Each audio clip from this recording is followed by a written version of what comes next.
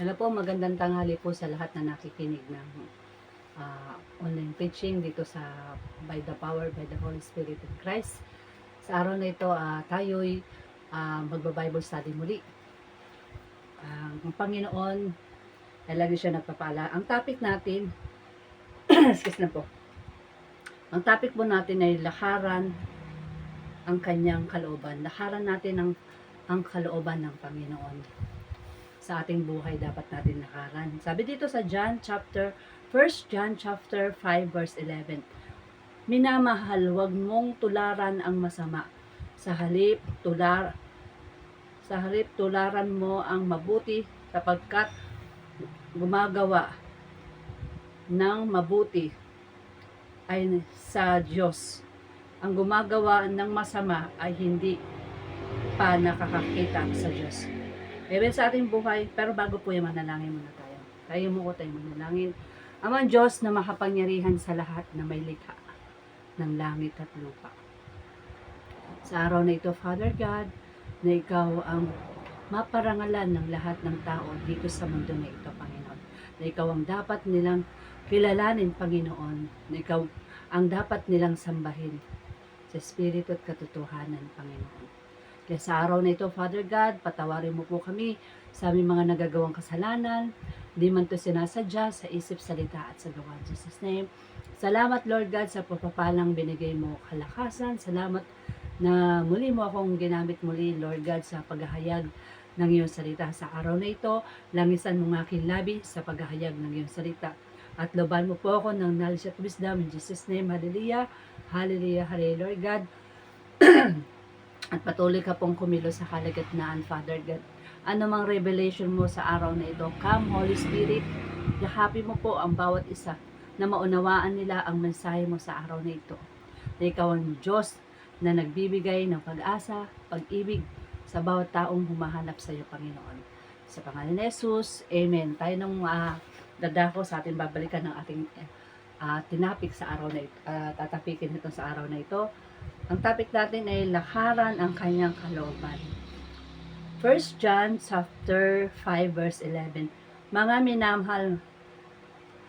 minamahal, huwag mong tularan ang masama, sapagkat tularan mo ang mabuti, sapagkat ang gumagawa ng mabuti ay sa Diyos. Ang gumagawa ng masama ay hindi pa nakikita sa Diyos. Amen po ba? Kapag sinabi ng Panginoon, tularan natin tahakin natin yung kalooban ng, excuse na po, tahakin natin yung kalooban ng Panginoon. Gumawa tayo ng mabuti sa ating kapwa, mahalin natin ang ating kapwa, tularan natin yung nais na pinapagawa ng Panginoon. Diba kapag nasa Diyos na tayo, mas priority nating unahin ng ating Panginoon sa ating buhay. Kasi kapag na-encounter mo si God, hindi ka na dati mong pagkatao na nakakagawa ka ng kasalanan, na sumusunod ka sa hilig ng laman, mas sinusunod mo yung sarili mo, hindi na talaga ang kalooban ng Diyos. Kaya napahalaga yung tutularan natin yung nais na pinapagawa ng ating Panginoon. Yung relasyon natin sa Kanya, yung pagsunod natin sa Kanya. Kasi tayo, lagi tayong pinapalahanan ng ating Panginoon sa ating buhay. Kasi mahal tayo ng Panginoon. Amen po ba? Kaya minamahal tayo ng ating Diyos.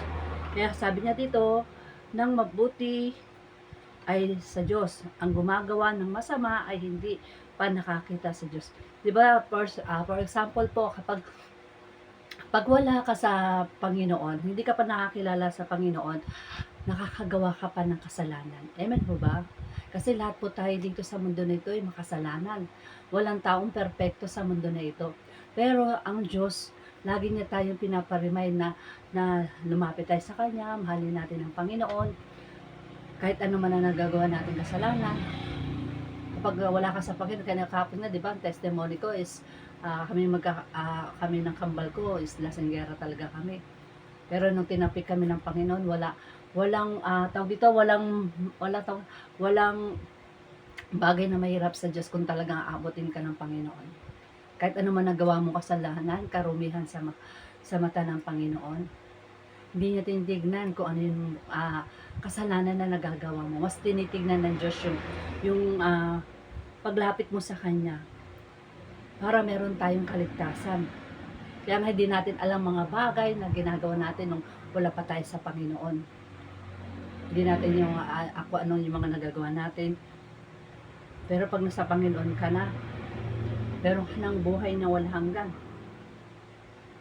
Yung mga masasama na hindi pa nakakilala sa Panginoon, nakakita, sabi ito ulitin ko lang po, mga minamahal, huwag mong tularan ang masama. Sa halip, tularan mo ang mabuti sapagkat ang sumasamba ng mabuti sapagkat ang gumagawa ng mabuti ay sa Diyos.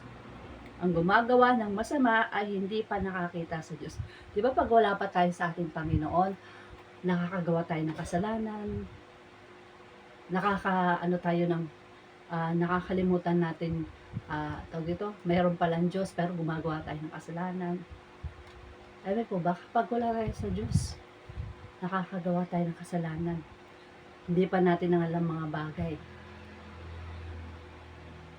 Pero kapag nag-lead yung Holy Spirit sa iyo, nakakilala ka sa Panginoon pero nagpapatuloy ka sa kasalanan, tatapikin tayo ng Panginoon. Ayaw niya na tayo'y mapahamak. Amen po ba? Ayaw ng Diyos na tayo na papahamak. Ganun tayo kamahal ng ating Panginoon. Kaya napakabuti ng ating Panginoon, hindi niya tinitignan kung ano yung sitwasyon mo. Kasi nga, hindi ka pa nakakilala sa Panginoon.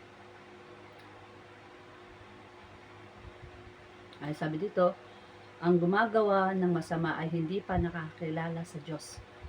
Siyempre, nasa kasalanan tayo, hindi pa natin alam yung mga bagay. Pero kapag nasa Diyos ka na, alam mo na yung mabuti at masama. Kaya dito, ang Diyos ay binibigyan tayo ng babala ng ating Panginoon na huwag natin tahakan at balik-balikan ng ating mga kasalanan. Hindi po kalugod-lugod sa ating Panginoon. Number 1, ang masama ay nagdudulot ng kasalanan. Amen po ba? Ang masama ay nagdudulot ng kasalanan. Pag tayo patuloy na nagkakasala, nagpapakasama tayo, kasalanan po yan sa mata ng Panginoon. Sabi dito sa Roma chapter 6 verse 23, sapagkat kabayaran ng kasalanan ay kamatayan, ngunit ng kalooban ng Diyos ay buhay ng walang hanggan sa pamagitan ng ating pamagitan ni Kristo Jesus na ating Panginoon. May dalawa po ang kamatayan. Una, physical at itong katawan. Physical. Itong unang physical ng ating katawan, pag tayo walang relasyon sa Diyos, dalawa ang kamatayan. Una, physical. Pangalawa, spiritual. Saan po napupunta po yun? Sa impyerno. Kapag wala tayong relasyon sa Diyos, dalawa po ang kamatayan. Kaya, napakahalaga na meron tayong relasyon sa Diyos. Kapag wala kang relasyon sa Diyos at patuloy ka nagkakasala, sa impyerno po yun. Pero kapag sinuko mo sa Diyos, sabi dito, wait lang Kaya kapag tayo nagkakasala is may kabayaran, kasalanan, kamatayan. May kabayaran, kamatayan. Sabi dito, sapagkat ang kabayaran ng kasalanan ay kamatayan, ngunit na walang bayad ng kalooban ng Diyos ay buhay na walang hanggan kay Kristo Jesus ating Panginoon. Kapag may pagkakilala ka na sa ating Panginoon, kay Jesus Kristo, isa na lang ang kamatayan. Unang physical, panlupa yan. Pag nasa panlupa na yan, mabubulok na yan. Pero napakalaga yung spiritual. Yung kapag may relasyon ka na sa Diyos, isa na lang kamatayan, yung spiritual mo, buhay na walang hanggan kay Kristo Jesus kapag nananampalataya ka sa ating Panginoon. Kaya napakalaga po na magkaroon tayo ng kaugnayan sa ating Panginoon Jesus Kristo. Amen po ba? Dahil minamahal tayo ng ating Diyos. Hindi niya tinitignan, kapatid, kung ano ang nagawa mong kasalanan sa mata ng Panginoon. Mahal tayo ng ating Diyos na nilalapitan. Kaya napakabuti at tapat ng ating Panginoon. Kaya pag tayo nakakagawa ng kasalanan, ang kasalanan ay madalas nagpapanggap na magbibigay ng saya, kalayaan o kasiyahan, ngunit sa huli, ito ay nagdudulot ng sakit, pagkakagapos, at pagkawasak.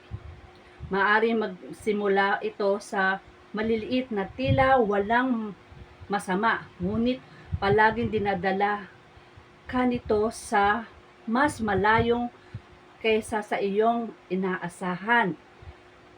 Pinatatag ka sa lugar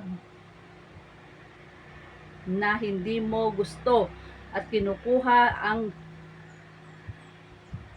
higit pa sa handa mong ibigay. Amen po ba?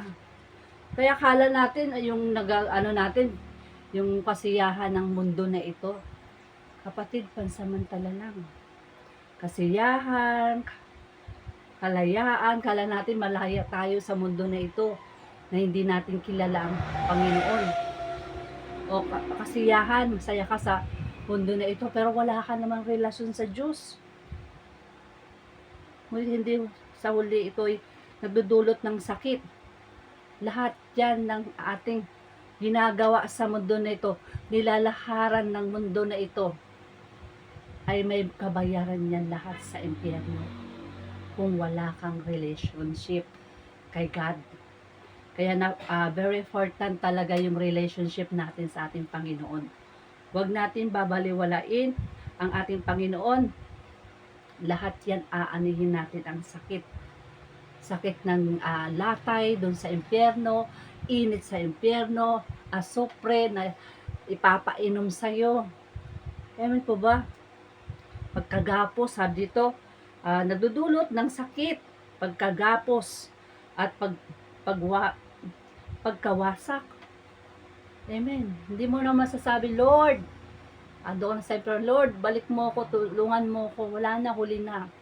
Ilang beses ka sinira ng Word of God, pero you not claim Jesus is Savior for you. Dapat i-claim mo si Jesus ay nagbibigay ng kaligtasan. Amen po ba? Kaya napakalaga na meron tayong relationship sa ating Panginoon. Sabi dito, maaari magsimula ito sa maliit na tila walang masama. Ang sinasabi dito, di naman masama gumawa ng kasalanan. Kala mo lang hindi masama. Pero sa mata ng Diyos, masama. Masama lahat ng mga nasasabi mo o nagagawa mong kasalanan o pananakit. Kala mo lang yung taong sinasaktan mo is hindi nakikita ng Panginoon. Lahat ng ginagawa mong masama, okay lang sa'yo, pero si God, hindi okay sa Kanya yun. Amen po ba? Sabi dito, ang masama, ngunit palaging dinadalas ka nito sa mas malayo kaysa sa inyong inaasahan. Lumalayo na tayo sa Diyos. Kapag nakakagawa na tayo ng kasalanan, lumalayo tayo sa Diyos.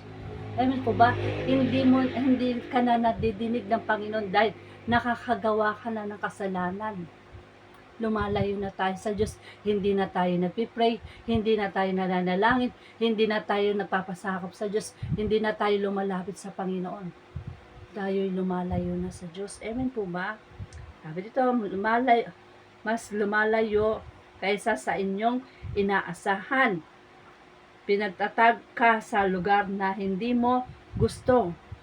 Amen. Doon ka sa lugar na wait lang po, init po ng electric fan. Wait lang po ang init.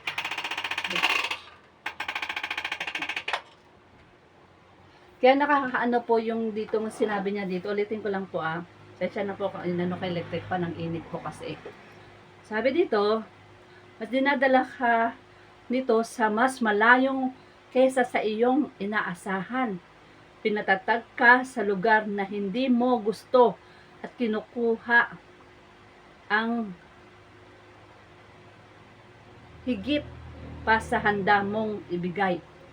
Amen, yung handong ka na sa sa buhay na tinatahak mo na kasalanan. Hindi mo na maiwan yung kasalanan na ginagawa mo. Na paulit-ulit. Amen po ba? Ayaw ng laman mo pero ayaw ng spirit mo. Pero yung laman mo gustong gumawa ng kasalanan. Alipin ang gumagawa ng kasalanan. Ang gumagawa ng kasalanan ay anak ng dyablo. Amen po ba? Tayo mga nakakilala sa Panginoon, lagi niya pinapaalala kung nakakagawa tayo ng kasalanan, ipinapaunawa sa atin ng Panginoon. Hindi tama yan. Hindi ka sa pagka nagkaroon ka ng problema, hindi ka hayaan ng Diyos na maglumok ka sa kasalanan. Kukunin ka ng Panginoon. Tatapikin tayo ng Panginoon. Amen po ba? Kasi ganun niya tayo kamahal. Mahal na mahal tayo ng ating Panginoon. Amen po ba? Kaya pinatatag ka sa lugar na hindi mo gusto at kinukuha ang higit pa sa handa mong ibinigay. Kaya kapatid, huwag tayong gumawa ng kasalanan. Huwag natin sundin yung ating pisikal na nakakagawa ng kasalanan. Ang lahat po niyan ay may kabayaran, ang ating mga kasalanan. Kapag pumasok ang kasalanan, nawawala ang kapayapaan.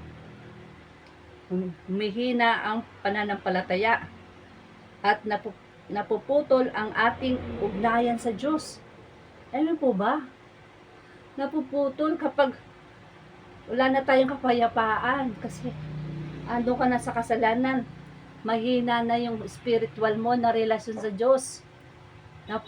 Mahina dahil sa wala ka na kapayapaan, mahina na ang pananampalataya mo sa Panginoon. Dati maalab ka sa Diyos, lumalapit ka sa Diyos. Nung nagkaroon ka ng pagsubok, problema, nang hina ka na, nang lupaypay ka na, yung pananampalataya mo nawala na.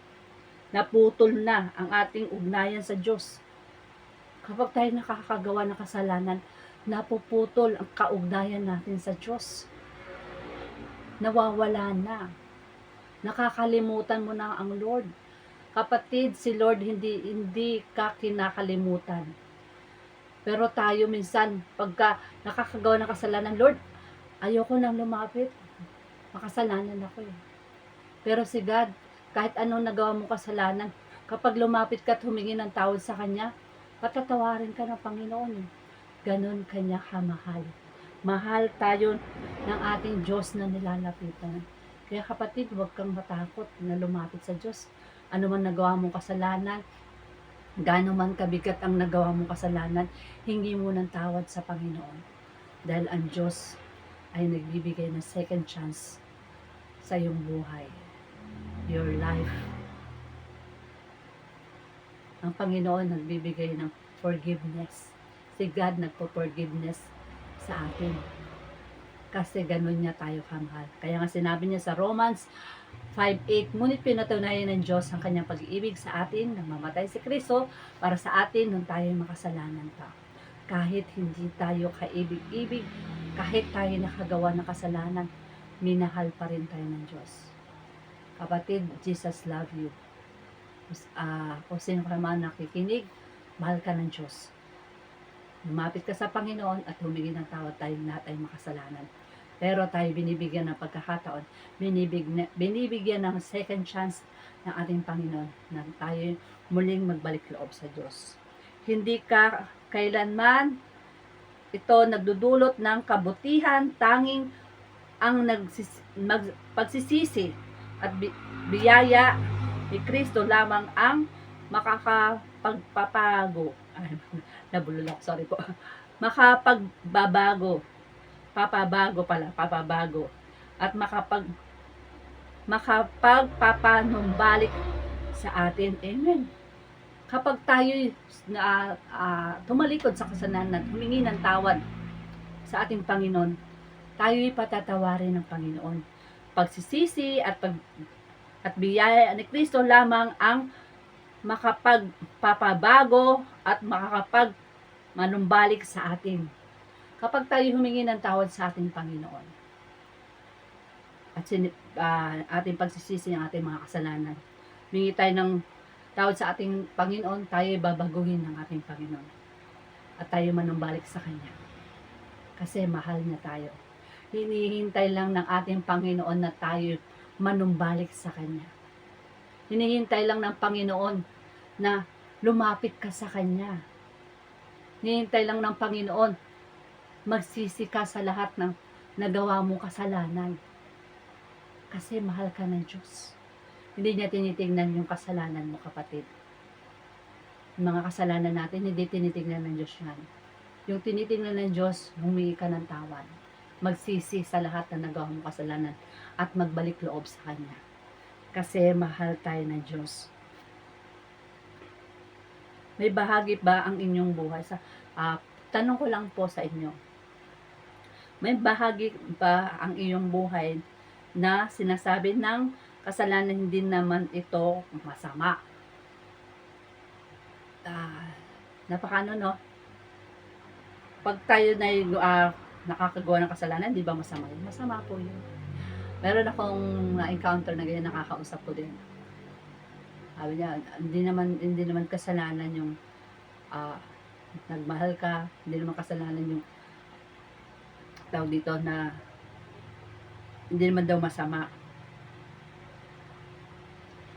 Masama pa rin yun sa mata ng Diyos. Hindi naman yung nagmahal ka, nasaktan ka, pero sa maling paraan is kasalanan pa rin yun. Kasi lahat po tayo sa mundo nito ay makasalanan. Kaya kapag lalapit tayo sa Panginoon at isusuko natin buhay, meron tayong buhay na walang hanggan.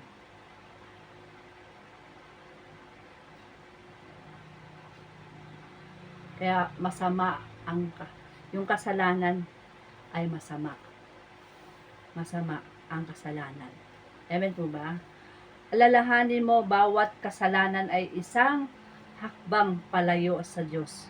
Ngunit bawat pagsisisi ay isang hakbang pabalik sa Kanya. Amen. Kapag tayo nagsisisi sa ating mga kasalanan at nanumbalik sa Panginoon, tayo patatawarin ng ating Diyos. Amen po ba? Napakaganda po itong topic natin about pag-ibig sa Panginoon. Lakaran natin yung tinatahak ng Panginoon, yung gusto ng Panginoon. Sabi ito, conclusion ko dito is ang kasalanan ay nag-iiwan ng sugat. Ngunit si Jesus ang nagpapagaling ng mga ito kapag iniwan ka ng kasalanan na wasak ang biyaya. Kasalanan na wasak ang biyaya ng Diyos. Ang magbabangon.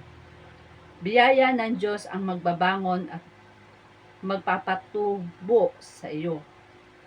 Mapapabuti sa iyo. Amen. Kapag tayo iniwan mo ang lahat ng mga kasalanan. Si God, nandyan siya. Pagagalin niya yung mga sugat. Broken heart mo, nasaktan ka, na-stress ka. Si God, kapag lumapit ka sa Kanya, nariyan ng Panginoon ang magpapagaling sa iyo. At wawasakin ang lahat ng palaso ng kaaway. Yung palaso ng kaaway, wawasakin ng Panginoon. Yung stress mo, stress ka na, wawasakin ng Panginoon. Wawasakin ng Diyos yung kaaway. Kaya napapabuti tayo kapag nasa Panginoon. Hindi ka mapapahamak kapag nasa Diyos ka. Amen po ba? Kaya kailangan magkaroon tayo ng relasyon sa Diyos. Magkaroon tayo ng pag-ibig sa Diyos. Magkaroon tayo ng relasyon sa Kanya. Hindi nga maliligtas ang reliyon kung anong reliyon na inaniban mo. Ang important is a relationship sa Panginoon. Sa ating Lord, relationship ang makakaligtas. Never sin lived you better than if find you. Kaya ka tayo sa Panginoon. Alisin natin yung magsisi tayo sa ating mga kasalanan na paulit-ulit na ginagawa. Pag ganun naranasan mo, iiyak mo na sa Lord. Lord, di ba, anak mo ko. Ang anak mo hindi na dapat nakakagawa ng kasalanan. Ilimayin mo sa akin lahat ito, Lord.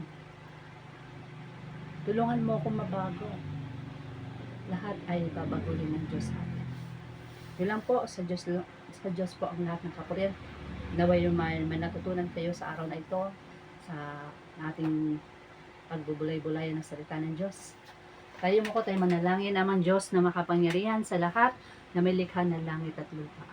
Kaya sa araw na ito, Father God, patuloy ka pong kumilos sa aming buhay, na patuloy namin laharin yung nais na kami sumunod sa iyo, Panginoon. Tulungan mo kami, Lord, dahil nasa makamundo kami, Lord God, na tinatahak namin. Pero Lord, sabi mo, iingatan mo kami at gagabayan sa buhay na tinatahak namin sa mundo na ito. At hindi ito mawala yung pananampalataya ng bawat isa sa amin, Panginoon. Tulungan mo kami na maging matatag na Kristiyano, Panginoon. Kahit nakakaranas kami ng mga pagsubok, pero Lord, nandyan ka, Panginoon Jesus ni Maria. Yakapin mo po, Lord. At kung sino man sa mga anak mo, Lord God, na mga sitwasyon na mga nakakagawang kasalanan, Panginoon. At sabi mo nga, lahat kami makasalanan at walang nakabot sa iyong kaluwalhatian. Kaya Father God, hipuin mo kami, Panginoon. Touch him by the blood of Jesus. Hallelujah, hallelujah. You magnify you. Pour out your spirit, Panginoon. Sa bawat anak mo nakakaranas ng mga pagsubok, Panginoon. Jesus ni Maria. In Jesus ni Maria, ikaw ang kumilos. Kapangyarihan mo ang siyang maghari sa bawat anak mo, Panginoon. Yakapin mo po ang bawat anak mo po, Panginoon. At ipaalala kung gaano mo silang minamahal. Kaya Father God, dalangin ko, Panginoon, patuloy mong yakapin sila, Panginoon, at tumalikod sa kasalanan. At tahakin nila ang nais mo sa kanila ay magkaroon ng relasyon, Panginoon. Touch them by the blood of Jesus. Hallelujah. Shikarabasi sandarabasi. Hallelujah. You magnify me. Pour out your spirit, Panginoon. Sa bawat anak mo, Panginoon. Kilala mo ang kanilang puso, ang kanilang kaisipan, Panginoon. Tinitingnan mo ang kanilang puso na mayroon pagsunod sa iyo, Panginoon. Hindi mo tinitingnan, Lord God, yung anumang karumihan nila, Panginoon. Mas tinitingnan mo yung paglapit nila sa iyo, Panginoon. Kaya Father God, yakapin mo sila. Pagpalain mo, Lord, ang lahat na nakakinig ng iyong salita, Panginoon. Blessing, Panginoon, sa lahat ng mga nakikinig ng iyong salita, Panginoon. Kapangyarihan mo na ang siyang dumali, Panginoon. Ikaw po ang magpapaalala sa kanila. Ikaw po ang magpaparemind, Panginoon, na napakahalaga yung relationship namin sa iyo, Panginoon. Kaya Father God, kung sino man sa mga anak mo, nakakaranas sa mga problema, Panginoon. Lord, ikaw yung kapayapaan, ikaw yung pag-ibig. Kaya Father God, hihipuin mo po ang bawat anak mo na nakikinig at bigyan mo sila ng lakas na pananampalataya sa iyo, Panginoon. Happy mo sila, Panginoon, right now in Jesus' name. Hallelujah. Hallelujah, hallelujah. We magnify you. Salamat, Lord God. Anumang nawalang lakas sa akin, Panginoon, muli mo itong ibalik sa pangalan ni Jesus. Amen.